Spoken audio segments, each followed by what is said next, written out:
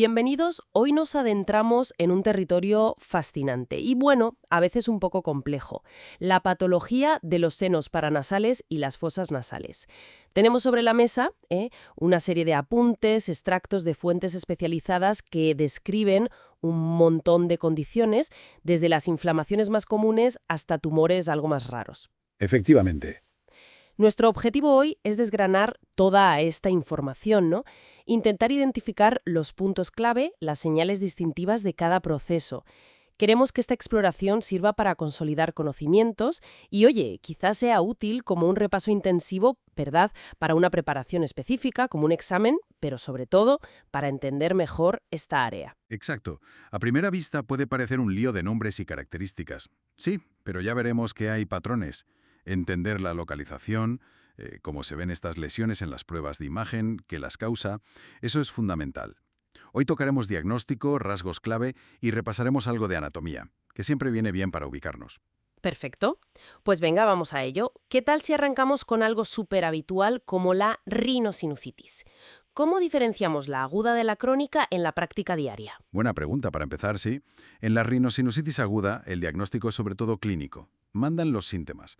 La tomografía computarizada, la TC, esa técnica de imagen que hace cortes finitos, bueno, pues la reservamos para cuando sospechamos que la infección sea complicado, Ah, vale. que ha ido más allá del seno, afectando a la órbita o incluso dentro del cráneo, o si el paciente tiene episodios muy seguidos, recurrentes. Entiendo. O sea, que no se pide una TC de rutina para una sinusitis aguda normalita. Vamos. Correcto.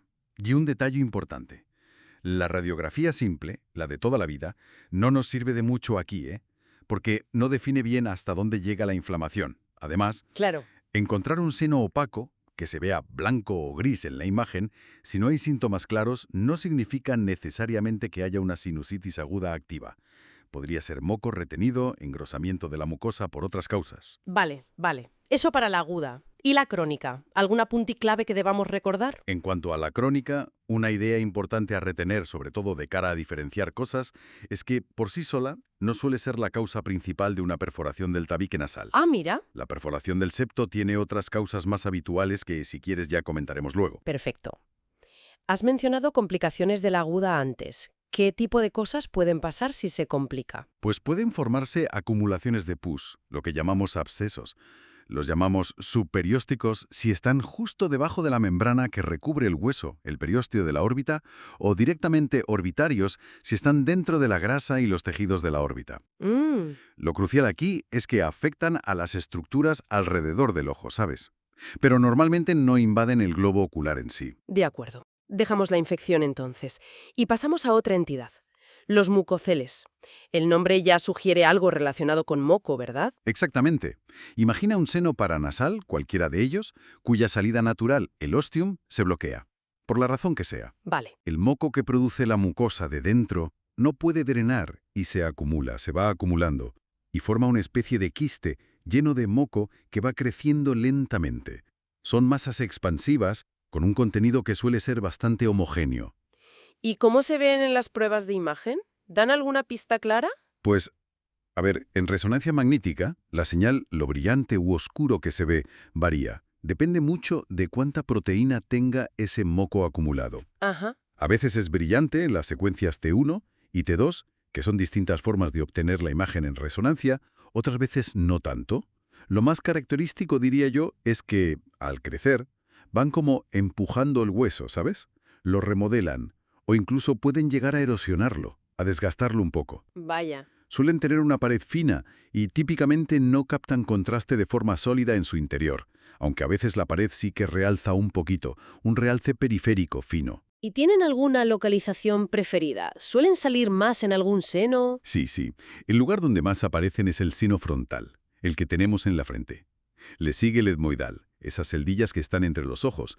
También pueden salir en el esfenoidal, que está más profundo, casi en el centro de la cabeza. Mm. Ahí, ojo, si el moco se infecta y entonces lo llamamos mucocele, puede aparecer un realce interno que a veces nos confunde un poco. Son menos habituales en el seno maxilar, el de la mejilla. Pero la causa de fondo es siempre la misma, la obstrucción de la vía de drenaje del seno. Entendido. Bloqueo del drenaje igual a posible mucocele. Clarísimo. Cambiemos de tercio, hablemos de tumores benignos.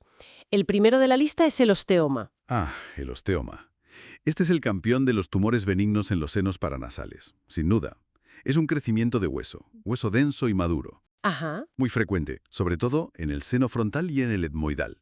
Lo curioso es que la mayoría de las veces se descubre por casualidad, al hacer una prueba de imagen por otro motivo, porque no suele dar ningún síntoma. Y lo más importante, para tranquilidad de todos, es extremadamente raro que se vuelva maligno. Bueno, eso tranquiliza bastante, sí.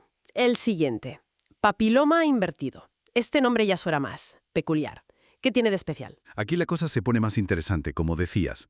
El papiloma invertido es especial por varias razones. Primero, su origen. Típicamente nace en la pared lateral de la fosa nasal, en una zona clave que llamamos meato medio. ¿Vale? Segundo, y esto es crucial, tiene potencial para malignizar. No es que siempre lo haga, ni mucho menos, pero sí se asocia a la aparición de un tipo de cáncer llamado carcinoma escamoso o epidermoide. Hay que tenerlo en cuenta. O sea que aunque sea benigno de inicio, hay que vigilarlo de cerca, ¿no? Exacto. Hay que estar atentos. ¿Y en imagen tiene algún rasgo distintivo? ¿Nos da alguna pista? Sí, nos da algunas pistas importantes. En resonancia magnética, a menudo se ve oscuro en las secuencias T2. Técnicamente decimos que es hipointenso en T2. Hipointenso en T2, vale. Además, suele mostrar lo que llamamos restricción en la difusión. Esto último significa, de forma simplificada, que las células están muy juntas, muy apretadas, y el agua no se mueve libremente entre ellas. Es algo que a menudo vemos en tumores con alta celularidad. Ah, claro, por la densidad celular, ¿no? Exacto, por la alta celularidad. Y como los mucoceles, también puede remodelar o erosionar el hueso adyacente. Muy útil esa pista de la restricción en difusión. Pasamos a otro nombre largo, angiofibroma nasofaringio juvenil. Suena a que afecta a jóvenes y tiene algo que ver con vasos sanguíneos. Has dado en el clavo. Es un tumor casi exclusivo de chicos adolescentes. Angio significa vaso, fibroma tejido fibroso. Se origina en un punto muy concreto. El agujero es fenopalatino. Es una pequeña apertura ósea en la parte profunda de la nariz. Mm. Y su característica estrella, la que lo define casi, es que está llenísimo de vasos sanguíneos. Es hipervascularizado. Por eso, cuando inyectamos contraste para hacer una TC o una resonancia, capta ese contraste de forma muy intensa y muy rápida. Espectacular a veces. Clarísimo. Adolescente varón, origen en agujeros fenopalatino y realce intenso. Grabado. ¿Y el pólipo antrocanal se parece en algo o es muy distinto? Pues aunque también puede darse en gente joven, niños incluidos, es bastante diferente.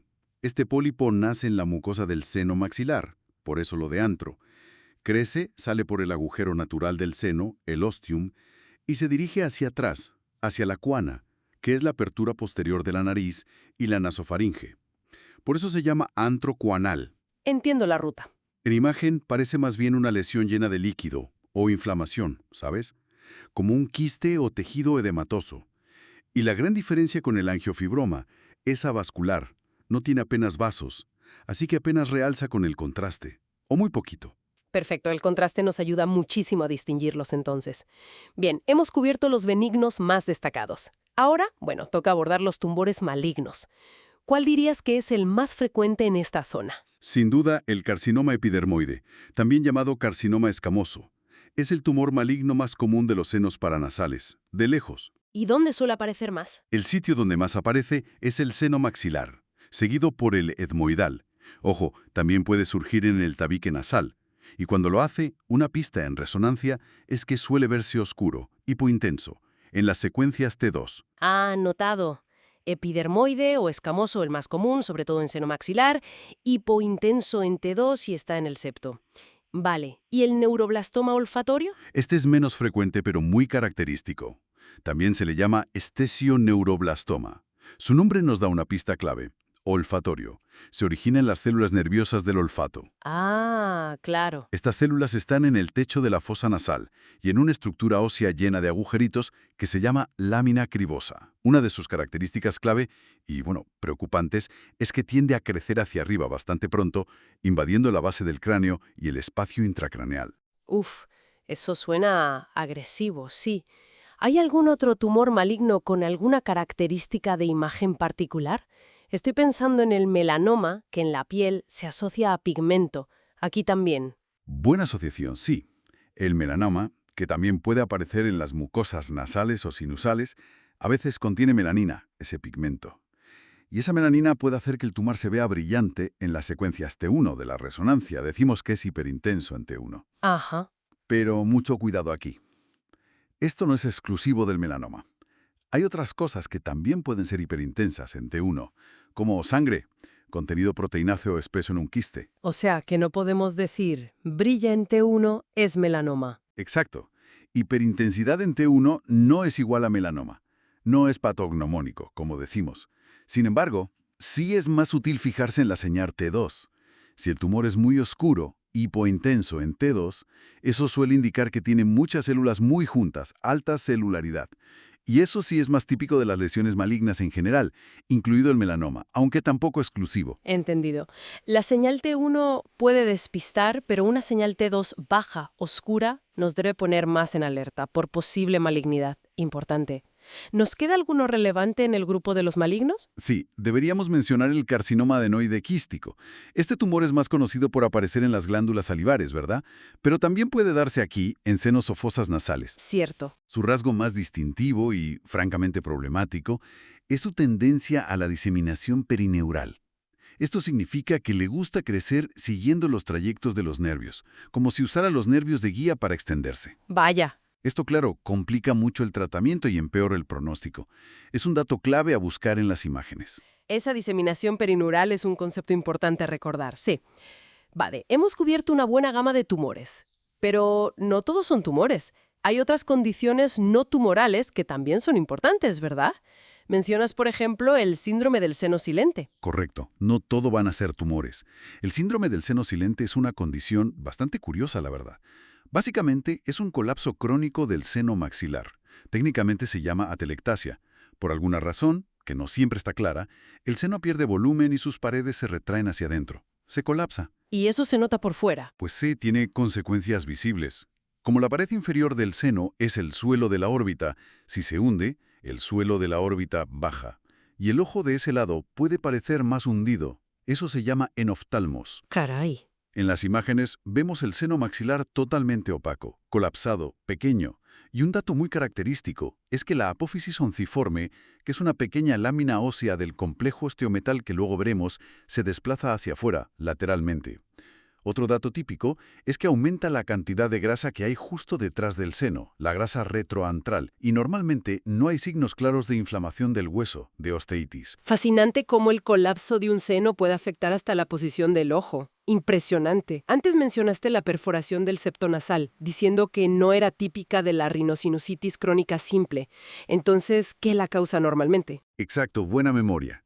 Las causas más frecuentes de un agujero en el tabique nasal son otras. Destacan los traumatismos, golpes directos o cirugía previa en la nariz. También el consumo crónico de cocaína inhalada, que daña mucho la mucosa y el cartílago. Luego están ciertas enfermedades autoinmunes que causan inflamación destructiva, las granulomatosis, como la granulomatosis con poliangeitis, que antes llamábamos Wegener. También algunas infecciones específicas, tuberculosis, sífilis u hongos invasivos. Y por último, puede ser una consecuencia no deseada de procedimientos médicos o quirúrgicos en la nariz, lo que llamamos iatrogenia. Vale, un abanico de causas bastante diferente a la sinusitis común. Y hablando de hongos invasivos, en las notas aparece la mucormicosis. Suena seria. ¿Y lo es? Muy seria. Es una infección por hongos, por muquerales, muy agresiva y de progresión rapidísima. Afortunadamente no es común, pero hay que pensar en ella sí o sí en pacientes con factores de riesgo muy concretos. ¿Cómo quiénes? Sobre todo diabéticos mal controlados, especialmente con cetoacidosis, o personas con el sistema inmune muy debilitado, trasplantes, quimioterapia. Es una emergencia médica porque puede destruir tejido muy rápido, invadir los senos, la órbita, los vasos sanguíneos e incluso el cerebro. Urgencia absoluta. Claramente, una urgencia, sí. Oye, para visualizar bien, ¿dónde ocurren todas estas cosas? ¿Dónde drena cada seno? ¿Dónde se origina cada tumor que hemos comentado? Un breve repaso anatómico parece crucial, ¿no? ¿Cuáles son los puntos clave que no podemos olvidar? Fundamental. Totalmente de acuerdo. Sin entender la anatomía, estamos perdidos en esta zona. A ver, puntos clave rápidos. El conducto por donde van las lágrimas, el lácrimo nasal, desemboca abajo del todo, en el meato inferior. ¿Vale? La zona estrella, donde pasa casi todo, es el meato medio. Ahí es donde drenan el seno maxilar, el seno frontal y las celdillas etmoidales anteriores. Toda esta área de drenaje forma el famoso complejo osteomeatal. El COM, sí. Exacto, el COM, que incluye estructuras como la bulla etmoidal, que es una celdilla etmoidal prominente, la apófisis unciforme, esa lámina ósea que ya mencionamos que se desplaza en el seno silente, el infundíbulo, que es como un canal de drenaje, y el hiato semilunar, que es la apertura. Conocer bien esta zona es vital porque su bloqueo es la causa número 1 de sinusitis y mucoceles. Entendido. Meato medio y COM, súper importantes. Y otra estructura a nombrar es el Alger nasi. Es la celdilla etmoidal más anterior y es importante porque está justo ahí, relacionada con la vía de drenaje del seno frontal, el receso frontal. Su tamaño o neumatización puede influir. Perfecto. Bien, ahora que hemos cubierto las distintas patologías y la anatomía relevante, intentemos conectar todos los puntos. ¿Cómo integramos toda esta información para que tenga sentido práctico, pensando en ese análisis o incluso en un examen? Aquí está la clave de todo, yo creo. Ver las conexiones, buscar los patrones. La localización nos da la primera gran pista. La lesión está en el agujero esfenopalatino, pues habrá que pensar en angiofibroma juvenil, sobre todo si es un chico adolescente. Está en el techo nasal, lámina cribosa. Sospecharemos un escesioneuroblastoma. En la pared lateral, por el meato medio, ojo al papiloma invertido. Localización, primer paso. Segundo, las características en imagen. ¿Cómo se ve en resonancia? La señal en T1 y T2 nos ayuda. Mucoceles con señal variable. Pistas en melanoma, T1 hiper pero con cuidado, T2 hipo más sugerente de malignidad. ¿Cómo capto el contraste? Mucho, angiofibroma, poco o nada, pólipo antroconal, mucocele no complicado. ¿Hay restricción en la difusión? Muy sugerente de papiloma invertido, alta celularidad. Imagen, segundo paso. Tercero, la anatomía explica la patología. Si se obstruye un ostium, un agujero de drenaje del COM, por ejemplo, tendremos sinusitis o un mucocele. La anatomía nos dice por dónde pueden ir las cosas. Lógico. Y finalmente las asociaciones. Si vemos un papiloma invertido, hay que buscar activamente si hay un carcinoma escamoso asociado. Si vemos diseminación perineural, pensaremos en adenoide quístico. Integrar la clínica del paciente, edad, síntomas, factores de riesgo, con todos estos hallazgos de imagen, es lo que nos permite hacer un diagnóstico diferencial razonado. Y como regla general útil para recordar, una lesión que se ve muy oscura, muy hipointensa en T2 suele tener alta celularidad, y eso nos orienta hacia malignidad. Fantástico cómo encajan las piezas al final. Hemos recorrido un camino denso, la verdad, pero creo que muy esclarecedor. Desde la rinosinusitis aguda y crónica y sus complicaciones, pasando por los mucoceles como esos quistes por bloqueo, la diversidad de tumores benignos, el osteoma tranquilo, el papiloma invertido con su riesgo oculto, el angiofibroma tan vascular, el pólipo antroconal avascular y los malignos más importantes, el frecuente epidermoide, el invasivo escesioneuroblastoma, el melanoma con sus señales T1, T2 que hay que interpretar con cautela, y el adenoide quístico viajando por los nervios. Sin olvidar el curioso seno silente, las causas de perforación septal, la peligrosa mucormicosis y, por supuesto, la anatomía esencial de los meatos y el complejo osteomeatal. Exacto. El verdadero valor de este análisis, yo creo, está en aprender a reconocer estos patrones que hemos comentado. Identificar dónde está la lesión, cómo se comporta en las distintas pruebas de imagen, conocer sus posibles asociaciones o complicaciones. Eso es lo que permite navegar el diagnóstico diferencial en patología nasosinusal. Es la base para interpretar correctamente los estudios y, al final, guiar el manejo del paciente. Ha sido una inmersión profunda y muy útil, de verdad. Para terminar, y mirando un poco más allá de lo que hemos repasado hoy, me quedo pensando en algo que mencionaste y que me parece fascinante: la diseminación perineural del carcinoma adenoide quístico. Si llegamos a entender mejor cómo y por qué algunos tumores usan los nervios como si fueran autopistas para expandirse, ¿qué posibilidades abre esto para el futuro? Es una línea de investigación muy interesante, ¿sí? Quizás investigar terapias que bloqueen específicamente esa vía de diseminación, ¿no? No solo para este tumor, sino quizá para otros cánceres de cabeza y cuello que comparten esa forma tan agresiva de diseminación. Bueno, definitivamente, algo sobre lo que reflexionar.